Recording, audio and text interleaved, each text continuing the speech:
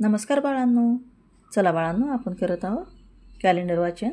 बघा, आज आपण नेहमीप्रमाणे बघा कोणता महिना आहे? नोव्हेंबर महिना 2025. आता हा कितवा महिना आहे बाळांनो? 11वा महिना आहे.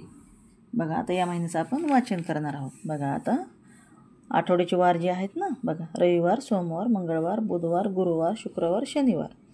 बघा, हे काय आहेत? 7 आठवड्याचे वार आहेत बाळांनो. आता आपण कोणत्या वारी कोणती तारीख आलेली आहे ते बघणार आहोत आणि ते दिवस किती आले ते बघणार आहोत बाळांनो. बघा, आता रविवार 30, 2, 9, 16 आणि 23. बघा, किती रविवार आले बाळांनो? 5 रविवार आले. नंतर सोमवार बघा 3, 10, 17, 24. सोमवार 4 आलेत. मंगळवार बघा 4, 11, 18, 25. मंगळवार 4 आलेत बाळांनो.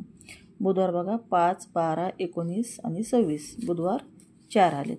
नंतर गुरुवार बघा 6, 13, 20 आणि 27. बघा, गुरुवार 4 आलेत. आणि शुक्रवार बघा 7, 14, 21, 28. शुक्रवार 4 आलेत बाळांनो. आणि शनिवार बघा 1, 8, 15, 22 आणि 29. शनिवार 5 आलेत.